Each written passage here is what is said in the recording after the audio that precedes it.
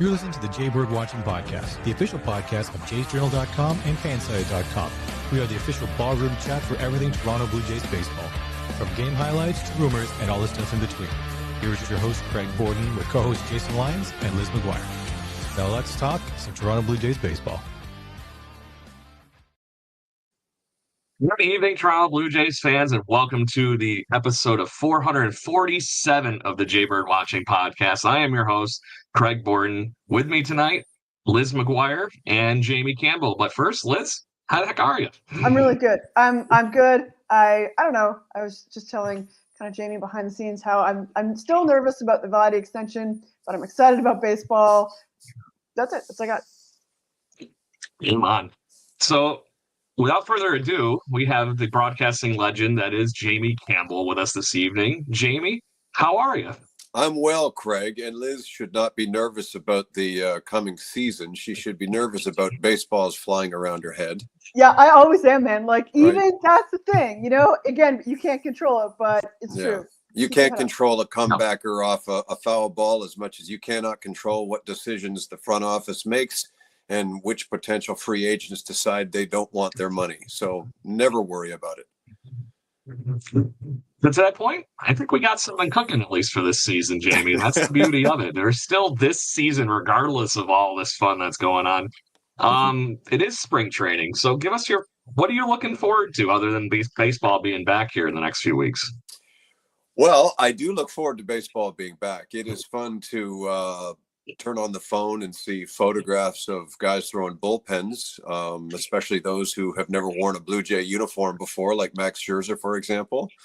That's always fun. I was thinking about it today. When I was a kid, you had to wait for the next day's paper, whether that was the Star, the Sun, or the Globe here in Toronto, to see any photographs of the guys stretching on the field down there. And what I used to do, and I don't think you can do this anymore, is I would write to the major newspapers in the city and order 8x10s of the pictures they had published during spring, so that when they did arrive back in Toronto, I did have something that I could take to get autographed.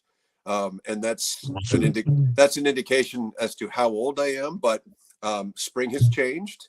It is certainly fun to see the feed come through of those who are already down there, whether that's Keegan or Shy or whoever it might be.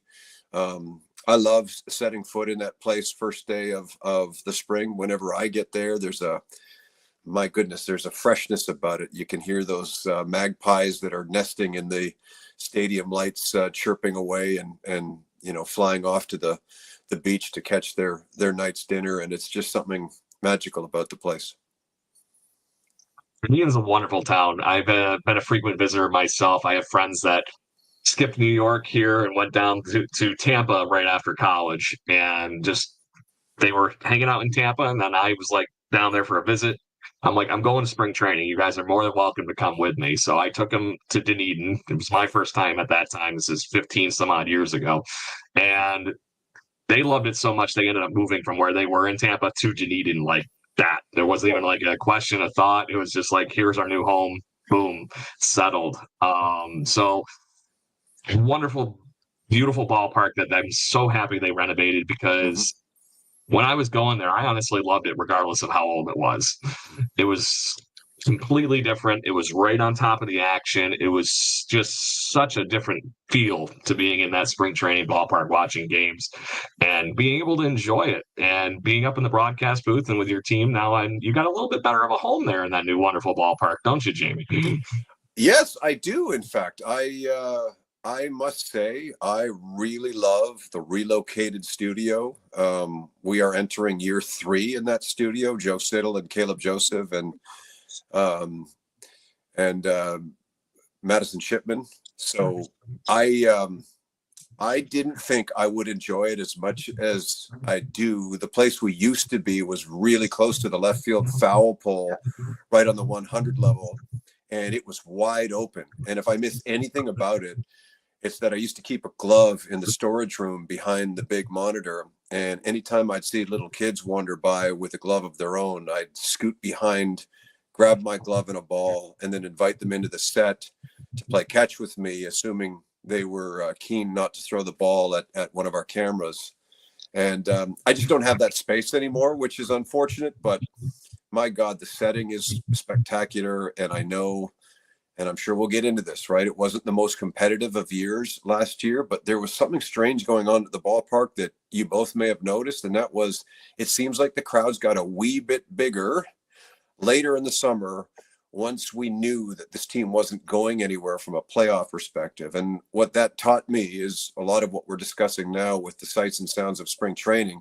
And that is that, you know, baseball can still be enjoyed by simply attending a ball game, right? It doesn't have to be, we need to go to the game tonight in case they win and end up in first place. It doesn't always have to be that way. We want it to be that way as fans, but we don't have any control of that happening. So there is still some, something romantic about just going to a ball game to be at the ball game. And I certainly noticed it late last year. I was pleasantly surprised with the enthusiasm and size of some of the crowds last year after we clearly understood that the Blue Jays were not making the postseason. Yeah, I'm just going to build on Liz, that. you're the bleacher creature. Yeah, I love like when they did the renos, I thought this, like when they moved the seats in, when they put the bleachers in, which is like it's a general admission seat right behind the opposing kind of bullpen. Mm-hmm. I was like, those seats were for us. That was for me. And so later in the season, because you know what, I'm still going to games. We're still going to go to games. Even like a week after I got really hurt, people would see me at games and they're like, Liz, why are you here? And I'm like, because that's what you do. You go to the baseball game, and there's nothing more beautiful than fighting over calls with your friends. Like there is something so magical about the community, about all of it. And yeah, like I agree. And so it was crazy because like I think part of it is the seats actually get cheaper the later you go in the season. People are kind of, even like the rich corporate seats, you can get them for pretty cheap. And so it's actually a really cool time to come down, get seats you would normally afford, pick them up like secondhand, and sit in the TD zones, sit in the club seats for like $150. Like it's so fun. It is so fun. Yeah. My goodness. So Jason, remote from his car. How are we doing, everybody. buddy? Well, I mean, this welcome is to the gang. This is where real life intersects, podcasting and media and all the rest of it. I had to drop my son and his buddies off at a provincial basketball game. It's a big game, and I'm literally sitting just outside of the school. It starts in a little bit here, so I'll get as much as I can in here. And first and foremost, super. It's an honor to have you on the cast, Jamie. Like we're really excited about this. And Liz, to your point there, one of my favorite things, and I mean, I only get it here in Vancouver with the Canadians, but I like going late in the season because less people go or tend to go, and you can really move around the ballpark and try different parts of the park. Like, people don't really, they're not checking tickets when you walk up to an area. And I remember we went to a Dodgers game in LA, and we walked down where like Kimmel and those guys sit, and it was my kids, me and my wife, and the guy looked at me like, you don't have tickets down here. And he kind of pointed at these four seats. He's like, sit here. No one sits here. And so we sat right down, it's incredible behind home plate at Dodger Stadium. So, you get cool stuff like that. So let's go back to Dunedin a little bit because Mish, one of our friends, is super excited. She saw the first pictures from Hazel May and whatnot, and obviously got the goosebumps things that baseball's almost here. It's right there. It's so close. But Jamie, are you going to be making the pilgrimage, I assume, at some point in the near future here? I am, not as early as I intended to go, but I'll be there on the 17th of March, and goodness knows, if all goes well, by the time I show up, Vladimir Guerrero Jr. will be signed to a rich extension. So we'll see. Yeah. Good deal. So seeing you're a frequent visitor of Dunedin, and we already talked about the ballpark, is there a favorite spot you like to go? Or is there some little nestled place that you've found that's like, oh, this is a good spot for the tourists? Because obviously there's a giant flock that goes down there to Dunedin every year. And I am a creature of habit and have been for 20 years. I do pretty well the same thing every day that I go down there. I can't tell you a spot that I like. The one place that I do go to frequently where I get a lot of organic meals, I don't even remember the name of it, but it's on Clearwater Beach. I'm not the guy that can give you advice on what the hot spots are in and around the area, because I have my routines. I'm up early. I walk to Dunkin' Donuts every morning. Strange, because I don't really drink a lot of black coffee with as much sugar in it as Dunkin' Donuts offers for some strange reason. And then I try to get to the ballpark when the sun's coming up, because there's something majestic about that.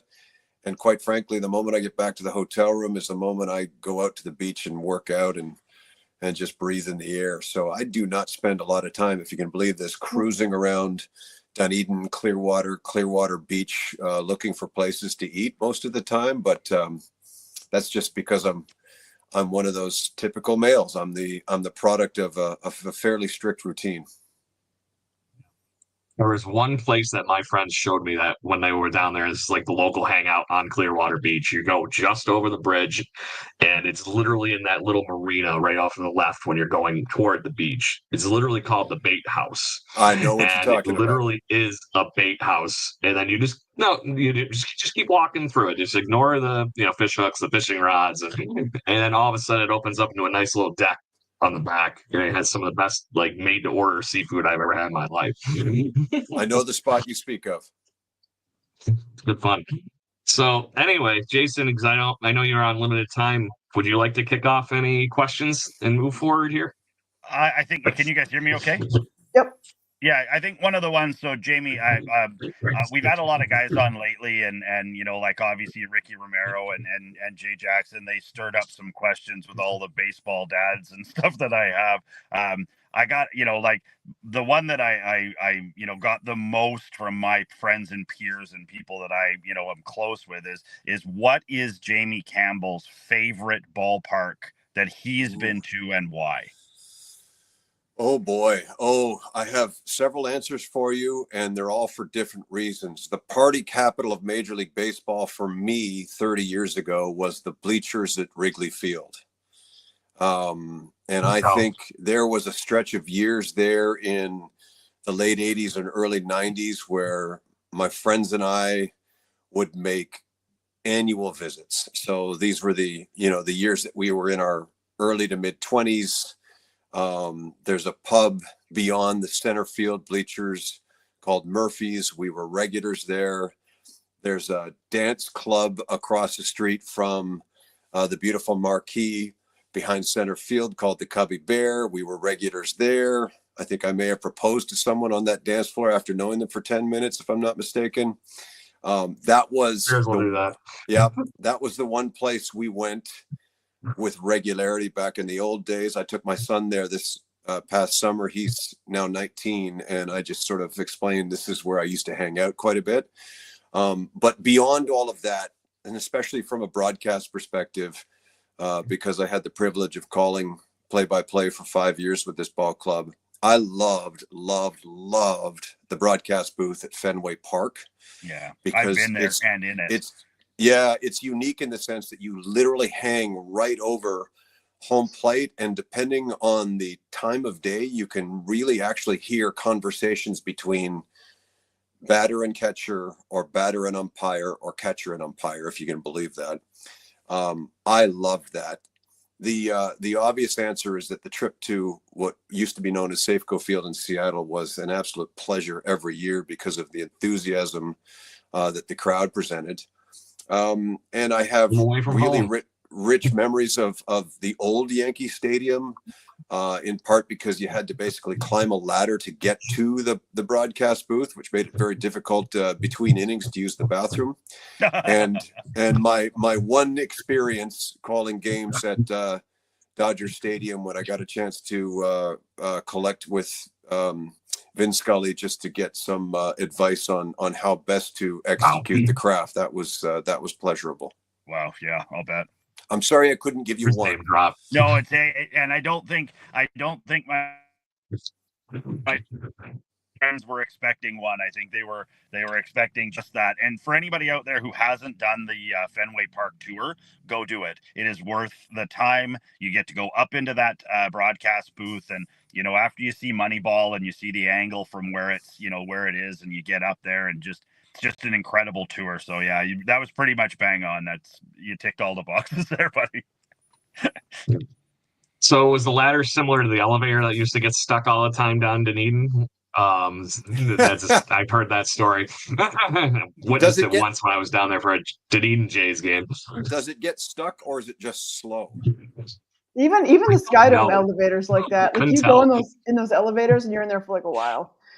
Jamie, I have a question about broadcasting and how the landscape's kind of changed, or at least has seemed to have changed from the Rogers kind of like point of view. So I noticed like all of my favorite like broadcasters are female broadcasters. I mean, yeah, I love you guys, but like Hazel May, Madison Shipman, Emily Agar, Ivanka Osmak. Like there's a lot of women on television. Mm-hmm.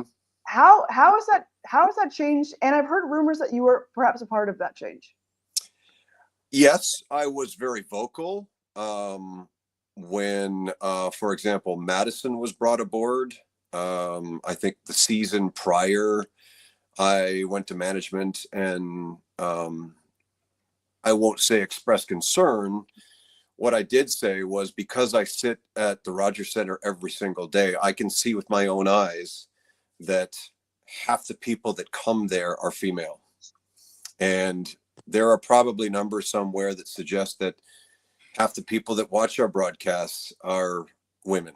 So my advice or suggestion was that if that's the case, should we not be featuring more women on our broadcasts? And I was thrilled when they hired Madison. I went through the audition process with her and a couple of other very worthy candidates. And I don't mind admitting this. And I know there's probably some young Jamie Campbell out there that will be disappointed to hear this, but anytime a young girl comes by my set who has dreams and aspirations, and those aspirations might involve television, I always say that at some point when it's time for me to step away, my hope is that a young female takes over my chair on a full-time basis. And then I'll happily, in sort of semi-retirement, fill in whenever I possibly can. But I'd really like to see that, which, again, might upset some young male aspiring broadcasters who might be studying the craft right now. But I feel very strongly about it, and I'll certainly be vocal about it when it comes to that time. Thank you. Appreciate it. That's awesome. I don't miss the Manalist. Just gonna say that. Don't you think, Jamie, as well with that? I went through broadcasting. I was on radio. I did a bunch of stuff, and I just find that the stigma now has kind of been lifted off the female, sidekick, the female color, the female, all of it. And I greatly appreciated this year when the P did the all girls broadcast. I thought that was awesome. And I feel like the female media correspondent is now going, passing past just, wanting to be there. They actually want to do this because they love sports and they love the sport they're covering. And we've all seen Hazel sort of pave the way for a lot of these girls, but I find it inspiring to see a company like Sportsnet really jump on and make sure that they do have that level of diversity that I think is necessary, because like it or not, girls sports are exploding right now. Like flag football. I think the stat was it's the fastest female flag football is the fastest growing sport ever, and women's baseball is exploding in the U.S. So, it's that's not even talking about the Caitlin Clarks and all the other ones that are obviously. Yeah. I don't care who they play against; they're going to crush it. Yeah.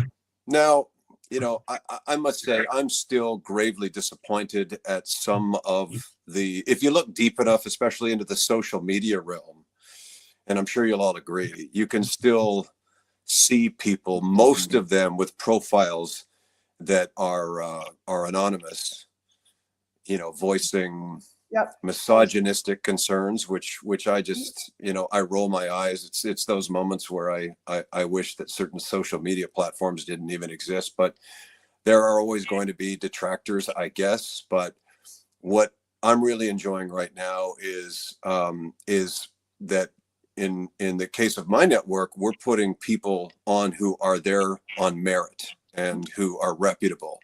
And it doesn't take 10 minutes of sitting with Madison Shipman to understand just how intimately she knows the game of baseball, regardless of the fact that she didn't play in the major leagues. It doesn't take long to sit with Alana Rizzo, for example, and understand just how deeply she understands the game and its history. So, like I said, in future years, I hope we can balance it out a little more. Because as long as half the audience is female, a huge portion of the broadcast should be too.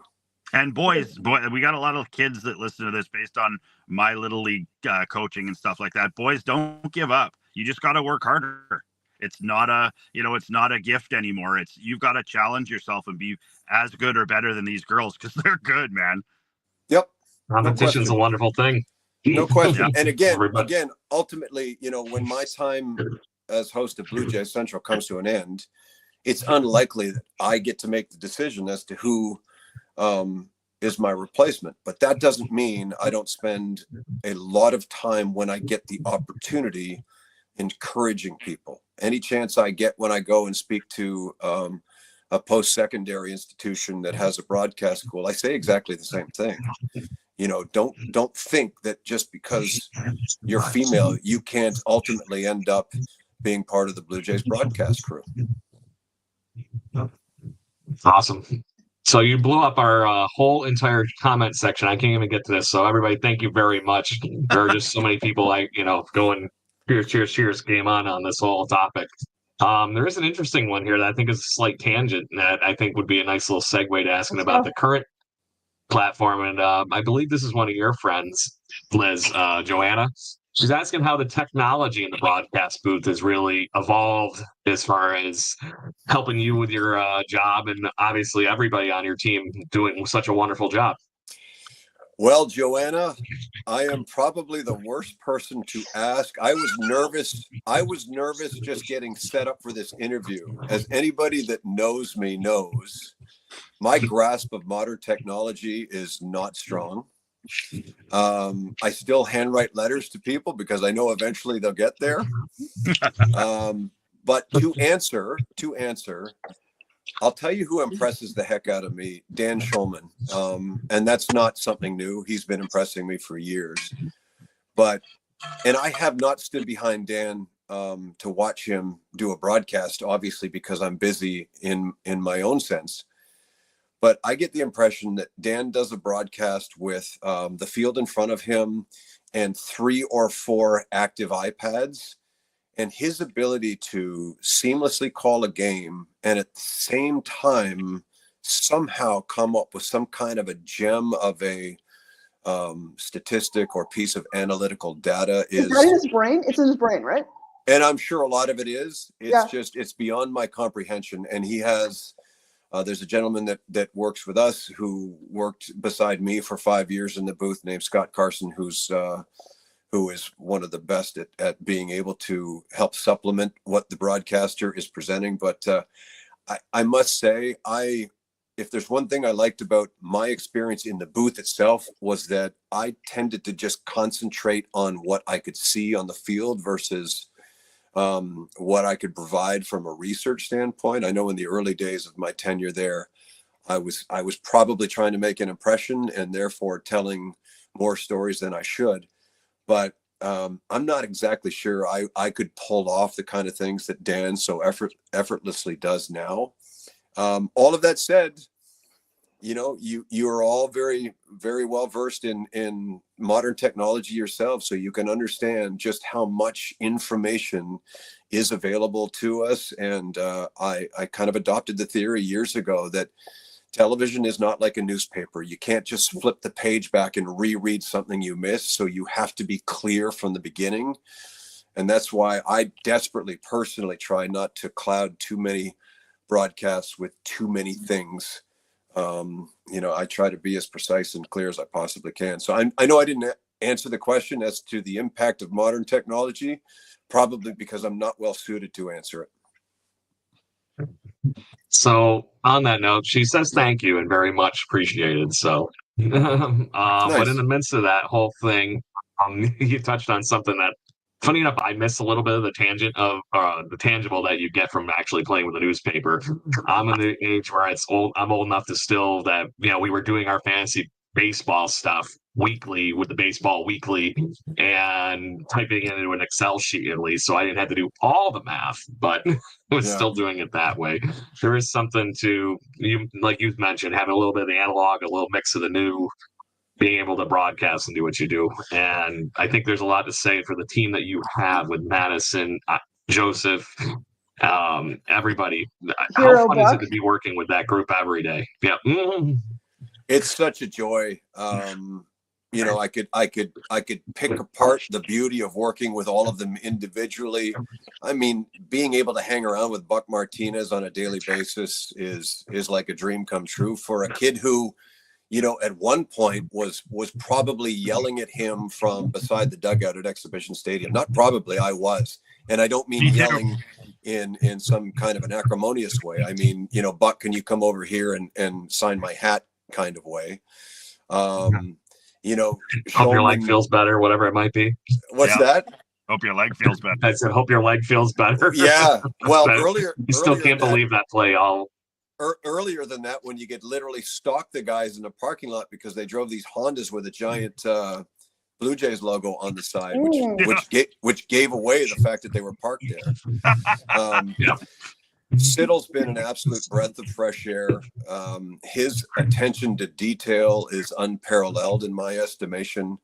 Caleb Joseph's been a wonderful breath of fresh air, and we tease Caleb because as comfortable as he's gotten in front of a camera, he still hasn't learned to take the point that he wants to make from here to here. And I always joke with him and I say, we can do a half an hour edition of Blue Jay Central just by asking you one question. And that's sort of a running joke among all of us. And Madison she never ceases to amaze me at how she shows up. She lives in Tennessee, in Knoxville, Tennessee. And I may not see her for 2 weeks. And the next thing you know, we're about to do a series together. And she's been watching every single broadcast while raising 2 children at the same time. Like, it's just unbelievable. So what a pleasure it is for me to work with all of these people. I'm just going to have an interjection. So I have 2 baseballs behind me. One I got when I was sitting in the bleachers, and it was like batting practice for the opposing team. We went early for a promo. So a ball got hit, not at me this time, but my buddy grabbed it for me. And I'm holding this baseball because it's special, right? Whatever. There's no kids around because it was Friday drinking night. I look to my right, and there's Buck Martinez. It was an Apple TV night. He was not working. Buck Martinez signed the top ball. Second one, I was at batting practice, luckily one time, and Caleb Joseph looks at me and said, "Hey, watch out for baseballs," because he knew me, and threw the ball at me. And then Aaron Judge walked up and signed my baseball. Thank you. That's awesome. Yeah. No. That's awesome. That's not terribly different than how I met Buck Martinez and got my ball signed. He was managing that year, and it was after the game. Blue Jays won, and me and my brother were just hanging out by the dugout. There were no players around. He strolled out, saw me and my brother and about 6 other kids sitting there, and he just said, "Hey, you want an autograph?"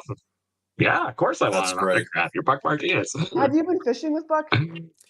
I have never been fishing with Buck. I would love to go. He goes up to a place called Sioux Lookout every summer because one of our directors, Troy Clara, is from that area, and that's the trip I would love to make to Northern Ontario. Muskies. He gets big, like power muskies. Like, I'd love to go with him one time. Yeah.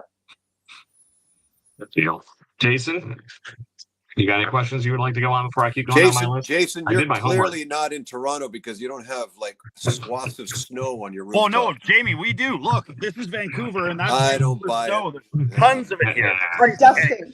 I can show you the ice that I have outside my window. The other big one that I got a lot of, sort of, and this is something for me, I mean, one of the things that your entire broadcast brings is a lot of guys and girls who have really strong, powerful voices. And I watch other, like being in Vancouver, we get a lot of the Mariners games and we get a lot of stuff that's, and it's the world we live in. We can see games from everywhere now.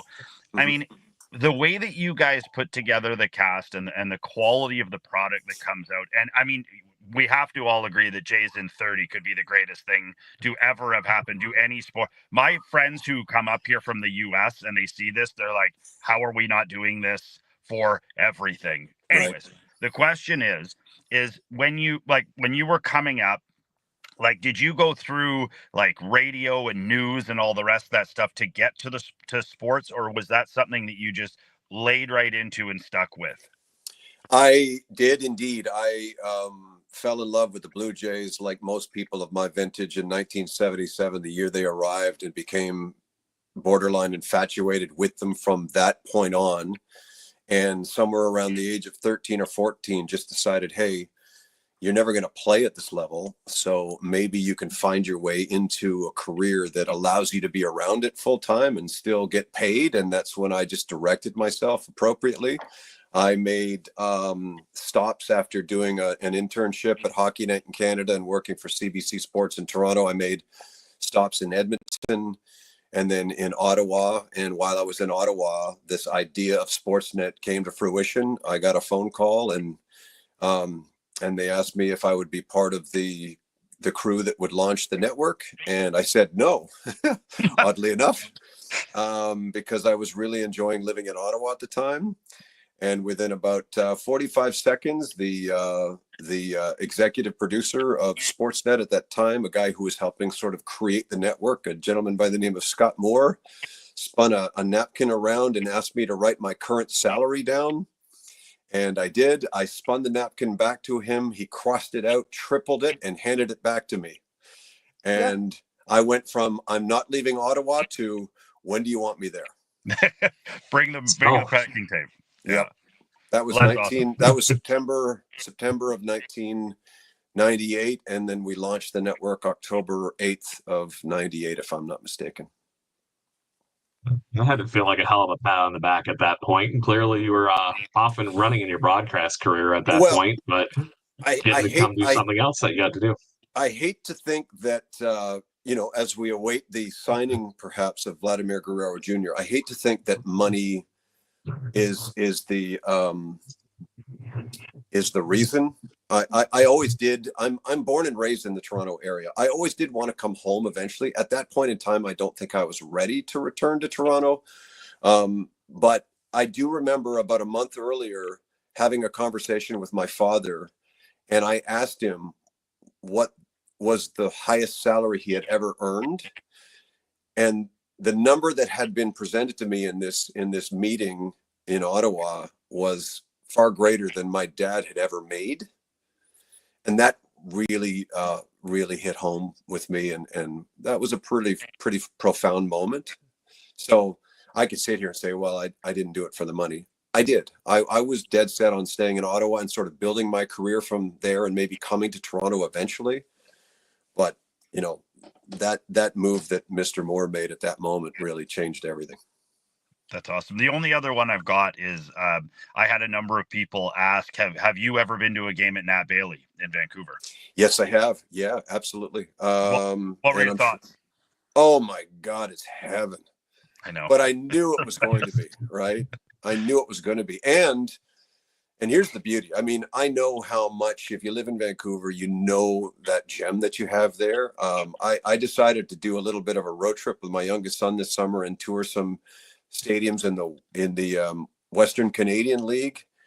What's called the WCBL. I'm wearing the hat of one of those teams right now, the Medicine Hat Mavericks. And let me tell you, this country is full of spectacular baseball venues. Like here in Toronto, we're a 45-minute drive from maybe a bit more than 45 minutes given the current traffic situation. The Welland Jackfish, for example. The Kitchener Panthers. I went to a Kitchener Panthers game and loved it. The London Majors play in the oldest operating ballpark in the world. That's incredible. And it's spectacular. It's amazing. The IPL is awesome. I was like, the Toronto Maple Leafs Baseball Club plays at Christie Pitts behind my house. I go there a lot. The Guelph Royals. It's like that league is so much fun. Tremendous. And they're all over this country. I was introduced that, loved it. I visited the Okotoks Dogs about half an hour south of Calgary. Yep. And the Sylvan Lake Gulls, I was absolutely blown away with how spectacular the venues are. And it goes back to what we're talking about earlier about sometimes it doesn't matter who wins or loses the game. Sometimes the whole idea is just the experience of being there. Oh yeah, it's and I find that even like I go down to spring training in Arizona. We've gone pretty much every year for the last couple, and the first time we went, it was like I want to see some big names, and then all the rest of it has been I don't want to see big names. Like I want to go check out all these different ballparks, and I want the kids to experience, the little wiffle ball field and this, and like we've had some really cool interaction. Like my son caught the first ball that Freddie Freeman hit as a Dodger. He hit a line drive that skipped and went foul, and my son caught it down the first base line. And so it was the first at bat, and he did this like he was gonna come sign it. He never made it down. So nearing the end of the game, my one son is a huge Dodgers fan. He was the one that didn't have the ball, and Gavin Lux was playing in right, and he had been teasing throwing a ball over every inning and didn't do it. And then in the ninth, he was ending his warm up, and he went like this to throw it way over our heads. And he's like, "Kid," and my son looked up, and he just ripped a bullet at him, and he caught it. And Gavin kind of looked at him like this, and he ran over and signed it quickly. And we got a quick picture. This is while the game's going on. So I mean, that's what I love. And I mean, that's what all of these parks, like Edmonton Trappers, all of those diamonds that are all across Canada, like that's what it adds, is just that amazing part, and the history of baseball in Canada is just incredible. We said a day at the ballpark is a day better than most places. Yep. So just saying. Happy to be there. So all right. So, Jamie, I think we'd be doing ourselves a little bit of a disservice if we didn't talk some current Blue Jays with you and talk some of the wonderful fun that is spring training, like we mentioned. Thank you very much for the, insight to your career and all that. That is great, and all the wonderful fun of your travels. But is there anybody you're looking forward to this spring, just that you're infatuated with, or you're looking very forward to seeing how they develop? Well, spring isn't often an indicator as to what kind of a year someone's going to have once the regular season begins. However, I would love to see Bo Bichette become the guy we knew, say, 2 years ago. I remember a conversation I had with him right around the time spring training last year began, and he was somewhat stated in his desire to pull the baseball more this year. He wanted to hit for more power. And when I say this year, I mean 2024. And I'm wondering if that desire to be more of a power hitter and him getting a little bit away from being that guy who can just drive the ball to center and to right field might have created some of the angst you saw from him at the plate this year. I would love, just in case it's the last year we see him as a Blue Jay, see him get back to that sort of elite level that we've seen before. He's the one guy I think who can, because we've been belly aching a little bit about, okay, we need two big hitters. And yes, they signed Santander, but missed out on Pete Alonso, for example, or whoever, Alex Bregman. Either way, insert name here. Maybe internal improvement, meaning Bo getting back to being Bo, will help tremendously. So he's the one guy that I would love to see just sort of reclaim his position as an elite hitter. Yeah, Did you guys see his new haircut? Yeah, he did. He got that breezy haircut. Yeah, I saw it. The thing is with Bo is, he's elite no matter what. Last year was like an outlying year, and I think being a young player who, I don't know how much adversity he's felt on the field, that would have hit you really hard. Especially like there's all this discourse about he doesn't want to be here. He doesn't want to be here. That can't feel good if you're just somebody trying to figure out your stride and you're injured for the first time in your career. So yeah. I think no matter where he ends up, whether he's a Blue Jay or not, he's gonna be elite, and I'm gonna miss him or be delighted he's there. Right. Well put. I think what's interesting about Bo, based on my experiences of watching him on a somewhat daily basis is that he is indeed one of those players, and I'm sure you've heard of these guys who are supremely obsessed with their craft. And to his credit, he's still pretty good as someone who takes time with fans in particular before the game. But I remember taking his dad aside when he was in town and saying, give me an indicator as to what Bo's like outside of baseball. And he kind of said he doesn't have much of a life outside of baseball, right? He's not one of those guys. He is quite focused almost entirely on this one thing. So I can imagine that a year like he had last year would have just been incredibly frustrating for the man himself. Yeah, I think we all agree. We've had a lot of discussions, sort of pro and what's eating Bo and all the rest of it. And my hope is that he can just shrug this last season off a little bit, learn from the important parts that he does need to learn from, and like you said, Liz, just be elite for a year. Like just get loose, have fun, be like just kick it around the park a little bit and fill those gaps and run balls out. I mean, we've got guys that you can really wheel in the outfield now, and that lightens a bit of the load, because I think Bo was considered to be the fastest guy past anybody else, and he's really not all that fast, but he's super athletic and he challenges the fielders. And I think that that's one of the things that this team is going to do much better this year, is challenge the team they're playing to try and make a mistake. And Bo does that. You guys understand how badly they need him to sort of reclaim that position, given that the Yankees are they're better this year than it seems they were a year ago, and they made it to the World Series. Boston has added some top tier talent through free agency. Baltimore, as much as they can't seem to win a playoff game, might have the best lineup in the game. I know they're minus Santander now, but that's good for Toronto. Prospect pool, oh my God. Yeah, and Tampa Bay is sort of there to scare you. I mean, ever since they changed from the Devil Rays to the Rays, they've just become a supreme team. So this is, I remember, back when I got the pleasure of calling the games, there were two behemoths in the American League East. It was Boston, New York, and you did well to finish third. Now, here's a fifth place team in Toronto that is going to have to scratch and claw just to get out of fifth place, given who they're going to be facing this year. That actually very harkens back to our guest from last week. Ricky Romero was talking about with us about just the beasts of the East and being in that division when he played. This division is 100% that all over again. There was a couple of years there that we might have been able to take advantage of, but the Yankees, like you said, are on fire and probably going to be the same team they were last year. You have the Orioles, who have insert great name prospect in their heading to their prime right now. And then the Rays being pesky like they always are, which they actually even spent a little bit of money this offseason. Mm-hmm. And then the Red Sox, they have actually turned around and have a good farm system, along with being able to spend money on what we just saw in the last 24 hours with Alex Bregman. So to your point, the Blue Jays are going to have to get better, but we did add that giant bat in the lineup with Santander. This is, on paper, probably one of the best rotations we've had in a long time.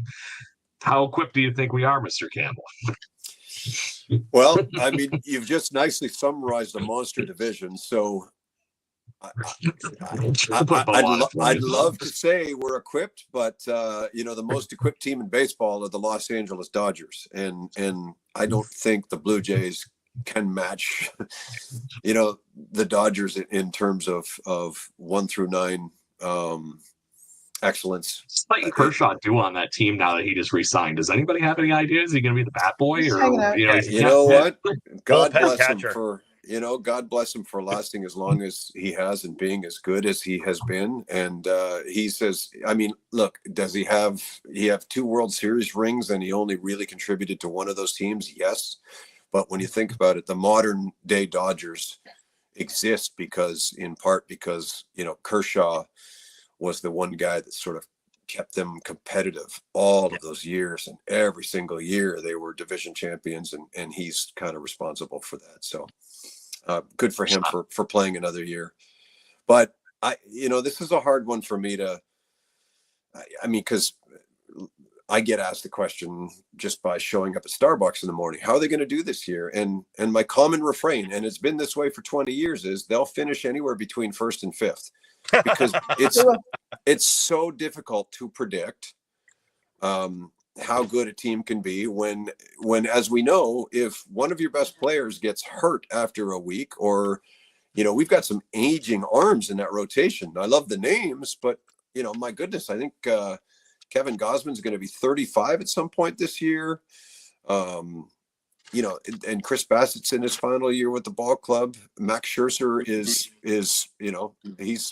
he's nearing. He's old. You can say it. It's fine. He's old. Maximum pension plan, right? But I love.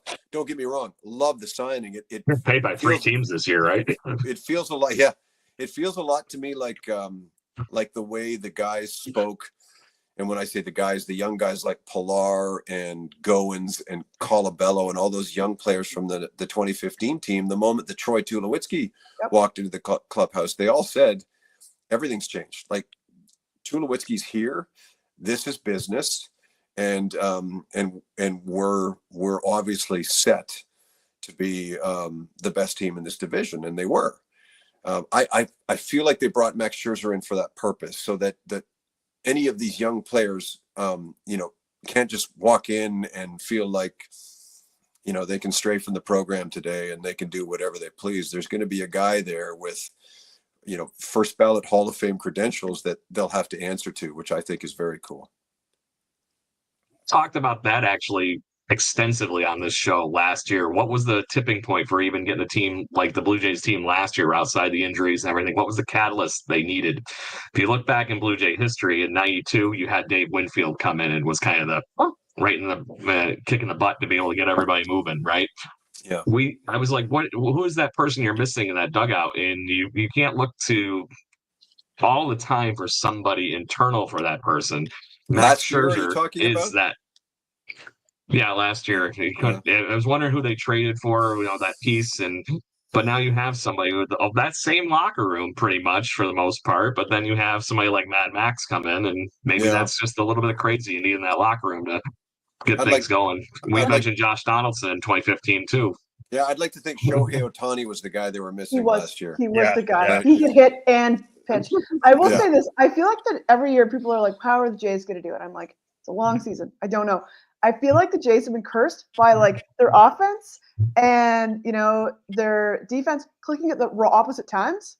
Like, it's like, we'll have killer pitching, but we cannot score a run to save our lives. Yep. And it drives me crazy. And so, there's a part of it is all luck of just things clicking at the right time and getting hot. But oof. I will say this. Go ahead. One of the things that I'm seeing out there with the Santander trade, and I've been a big fan of this guy for quite some time. If you guys look back, there was an interview with I feel like it was the coach of the Orioles, and he said something to the effect of the Blue Jays are getting Jose Bautista back. Yeah. Like, and if that's the case, like if Santander, like the letter, like the postings and all of the things from the Orioles, I've watched things on players, coaches. They have nothing but incredible things to say about this guy. And I mean, Craig, we talked about it last week. I mean, this guy hits balls in Rogers place, like it's his backyard. So 315 lifetime batting average in the Rogers Center. I wanted to say it was like 15 taters or something like that. It's wild. And that's like in 50 games. That's not a little small sample size. That's a solid tenure of playing as an opposing player. Yeah. It's gonna be fun. I'm fascinated with what's going on right now, as many of you are, with respect to Vladimir Guerrero Jr. And I was thinking about it after a conversation I had. I did a fundraising event a couple of weeks ago with Edwin Encarnacion, and we were privately discussing the possibility that Vladdy walks as a free agent at the end of this year. And he kind of stressed that the importance of getting him locked into a long-term contract is based on the fact that he actually does really, truly, and I've spoken to him about this, really wants to be here. And I know you hear that, and I'm sure you've read it places, but it's legit. He said it consistently. He has said it consistently. I want to be here. I want to be a Blue Jay. And like he loves it. We have a hard time getting free agents, and we have a guy who's like, I want to be here. So what's interesting about this little tap dance that the club's going through with him is that if we've seen in even the last 2 years, right, these attempts to draw free agents in from other organizations, whether that's the phantom plane ride with Shohei last year or Pete Alonso and all of that chatter that maybe he was headed for Toronto and not returning to New York. The truth is that it's still a foreign country that they're coming to. It's still, in many respects, despite the fact most of these guys have come as visiting players, a very unfamiliar place. And Edwin told me that Toronto changed his perspective and is without fail the finest baseball experience he's ever had. And his point was, you have to arrive in Toronto and become a Blue Jay to understand just how special it is and how enjoyable it can be. And he said, you can't tell a free agent that. They have to have had the experience. So they have to have been, say, drafted or signed and been part of the organization from the beginning. And that's Vladimir Guerrero Jr., right? He gets it. He understands what it's like to be here. So I would love to think that they'll come to an agreement before, I guess, Monday, so that, you're not having to go and woo, say, Kyle Tucker next year to replace the bat. You're literally bringing a guy back who wants to be here anyway and already understands the value of not only playing for Toronto, but clearly gets what it's like to represent an entire country. Yeah, when they play, I always hear stories, Awesome. and like we've heard stories from, I guess, Ricky and from other players about how, or even like Travis Snyder, like when we were in Seattle, I felt like a rock star. They couldn't believe the amount of fans that would come out. And I think also what helps, and what I really love that the Jays would do, is they would send the players on the winter tour. So they'd send them to like Saskatoon, all over Canada. And it was just like, it was such a fun thing to watch these guys, mostly from southern parts of the world, just be cold and enjoy themselves. I did a lot of those winter tours with those players, with Ricky, with Travis. I remember one in particular where we had to go from Halifax to St. John's, Newfoundland. And because of nasty weather on the Rock, the plane was delayed by 3 hours. And there was a lineup of people at a shopping mall in St. John's, over 1,000 deep, that waited the 3 hours. There was a 3-hour delay before our plane landed, and they all waited. And I think I was there with rock star level. My God, Eric Thames, Brett Cecil, and Roberto Alomar. It was those three guys, and 1,000 people already in line several hours in advance waited an additional 3 hours for them. And I think we ended up showing up at about 11 p.m. And the guy signed autographs for every one of those people. And that right there told me just how important this team can be to, again, not just the GTA, but people across this country. Love Eric Thames. Yeah, so me too. Got an interesting comment, Jamie. That apparently, per our earlier parts of this conversation, one of our viewers is saying that Vladdy's holding out for the Jamie Campbell contract here. The first one. Yeah. Yeah. I'm not going to tell you what that number was, but he makes that in a day. Oh, good stuff. So looking at the crystal ball here, we do have some fun things to actually look forward this spring. We do have, Dalton Varsho is going to start the season on the IL, but that's, as bad as that is, we have some really good reinforcements here. We have a lot of young players. We have this, I'd say, embarrassment of riches up the middle and shortstop and second base, and then in center and outfield and whatnot with Loperfido, Clase. We love Ernie Clement. He's from my hometown here in Rochester. All the people, but who are out of that group of the youngsters? Who are you looking forward to seeing the position battles a little bit this spring?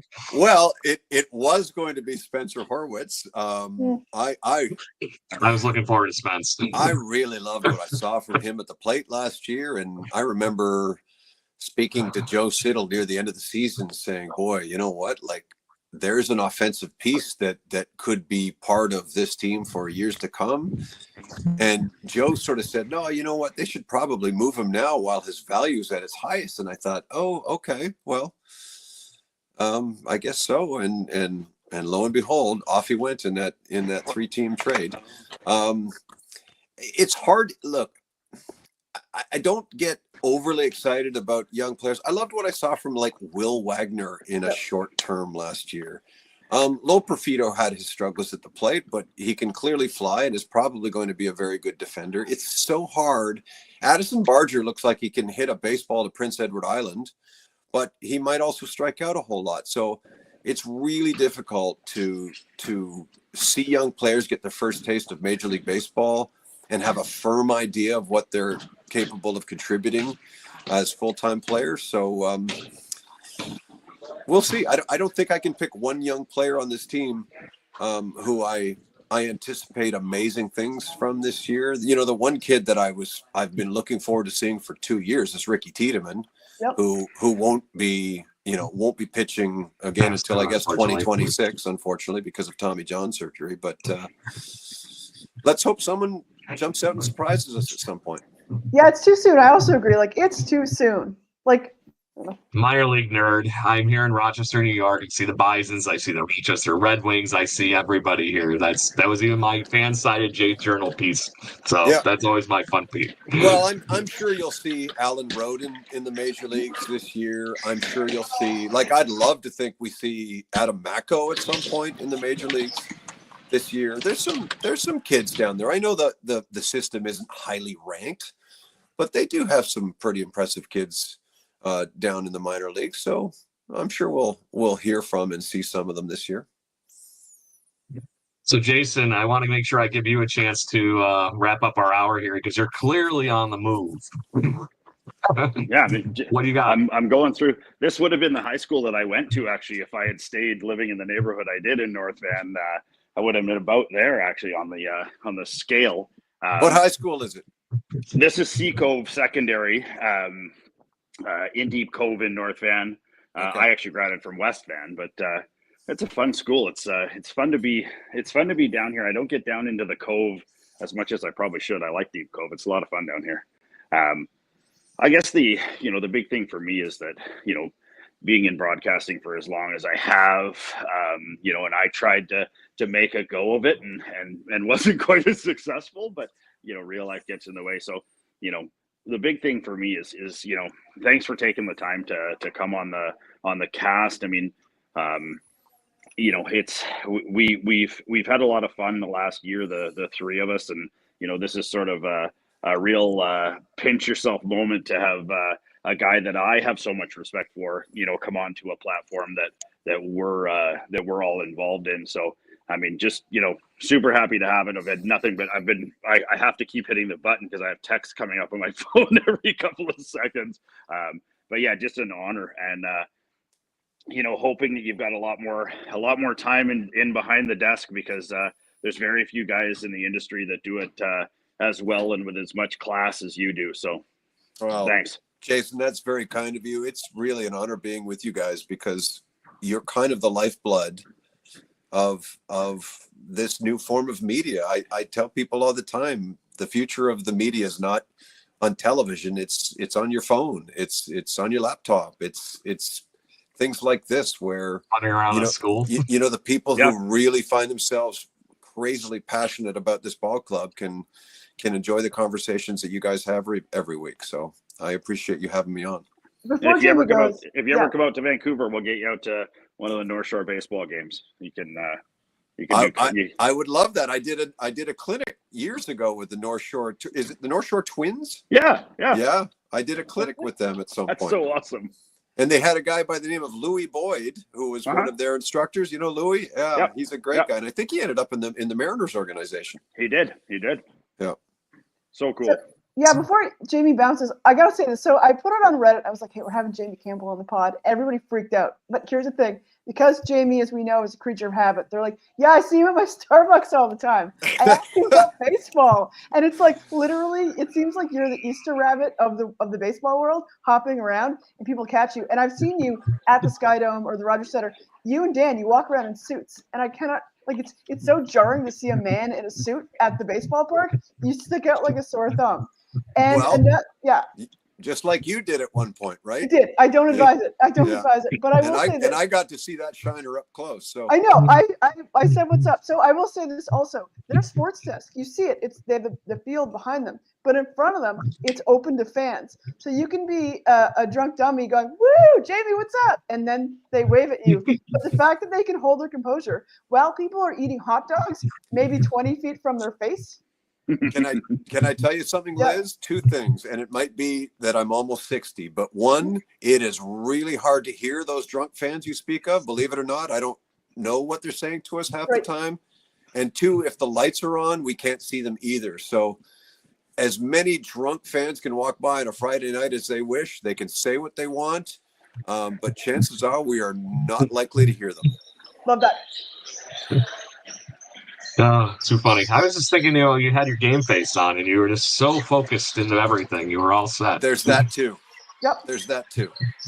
Do you pick your own suits? Who picks your suits? That's just my last question. We have, by the way, Jason's showing us his son's game. Well done. Do the play-by-play. Argyle. It's Argyle versus Sea Cove. Hard out of bounds there. I love it.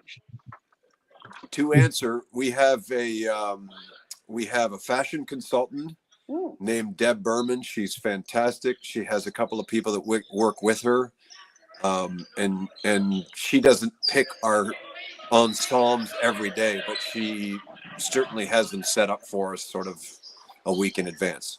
We always comment, all the ladies in the group chat comment on what Hazel May is wearing, and also when you wear a pink or light color tie, the colors of your suit. We love that. We like that. Thank you. Pink every Sundays is my normal routine every Sunday. We know for mom. So I have one last question that I selfishly have to ask. You have had a wonderful career of seeing some great Blue Jays history. Yes.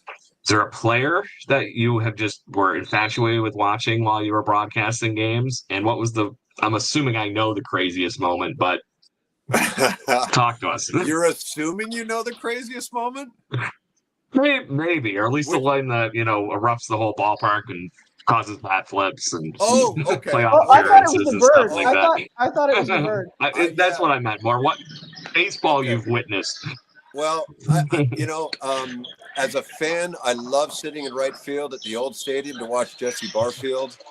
As a broadcaster, I loved calling Roy Halladay's games. Loved it. I have seen some wacko things, including the bat flip, like so many of us were able to see. I was, oddly enough, sitting in the Yankee bullpen, right behind the Yankee bullpen, the day that Dave Winfield killed the seagull, and the bat boy put a towel over it and brought it over and placed it right in front of me. And being a collector at the time, I literally contemplated grabbing the seagull, putting it in my backpack, bringing it home to Oakville, and taking it to a taxidermist. But I thought of my mother and my father waking up in the morning and seeing a dead seagull in the kitchen and thought otherwise. But I always tell people, imagine if I had gone through with that, if I could somehow authenticate that, what do you think Dave Winfield's seagull would go for today? $5,000. Oh, that's so good. 5,000? I think that sounds like an easy gift for Dave Winfield. They would cut. This is what I learned from being a baseball card. They want to cut it up and put it in little baseball cards. That's what they would do. Good luck with that. Right. I'm getting so many Monty Python vibes right now. Yeah. I'm dead there at that. Oh, too funny. Good stuff. But yeah, not shocked by the Roy Halladay thing because there's a reason I drove up from Rochester here like every other fifth day as I humanly possibly could because I just could not get enough of watching that man pitch. I even made sure that his first appearance back in the Rogers Center in Skydome, that I was going to be back there when he was a Philly. And I was there the day after Canada Day that year. Saw Jose Bautista take him deep and John Roush almost get in a fight with somebody. But Halladay did really, really good. So, John Roush, my goodness. Good stuff. Yeah, I just watched the game So- you called from like the TD action seats. Like you were down there calling Oh, the I game. love that. Yeah. We would do last game of the year. This is back when the Blue Jays never had a hope of making the postseason. And they would put us in the front row seats right behind first base, Pat Tabler and I, and we would call one game from that perspective. And it was awesome. That's it was so amazing. good that one time Pat incorrectly analyzed a pitch that was thrown to Lyle Overbay. And I think it was a pitch that struck Overbay out. And I think Pat would have referred to it as a slider or something at the time. Well, as Overbay is coming back out to first base, he runs past us and says to Pat, it was a changeup, not a slider. Because he'd gone in and watched his at bat and came out and informed us as he was heading out to first base as to what had actually struck him out, which I just loved. I just thought that is so fantastic. Strikes me as a smart hitter too, Lyle Overbay. So Yeah. I'm not shocked he came back and said it. Good deal. So Jamie, we want before we sign off here, we always obviously most Blue Jays fans I think know where to find you, but this is your shameless self-promoting plug. You are more than welcome to discuss anything you would like to talk here to wrap the show. You know, I say this with great sincerity. I am really genuinely happy with how Blue Jay fans behave. There have been reasons, especially in the early days of my career as a broadcaster with this club, where there was some heavy criticism and it was, in my estimation, warranted. But I don't hear it anymore. And it's incredible just how kind and considerate and compassionate Blue Jay fans are. The way they treat me, the way they treat Joe and Caleb and Madison whenever they wander by. I know, Liz, you were sort of joking about drunk people walking by on a Friday night and saying whatever they want.